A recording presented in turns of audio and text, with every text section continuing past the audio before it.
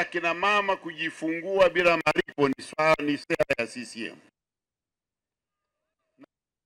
Jadara wala haina tarehe ya kuanza. Tarehe ya kuanza ilishapita nyuma.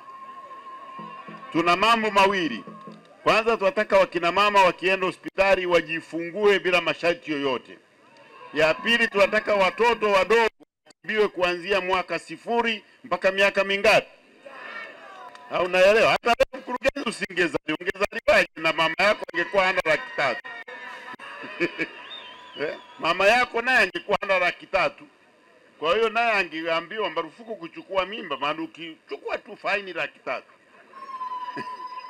Kwa hiyo nataka kuambia leo, kwa sababu jambo hili ni sera ya CCM, tunaiagiza uongozi wa mkoa wa Songwe kila mahali, na tunaiachia mwenyekiti wa mkoa wa kina mama wanaokwenda kujifungua wanapewa heshima wanayostahili na hawadaiwi fedha, kwa sababu ni sera ya CCM.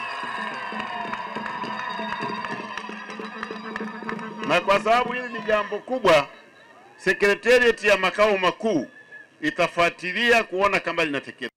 Manake huyu anayefanya anataka kutukwamisha katika kuomba ridhaa ya wananchi kwa ajili ya miaka mingapi?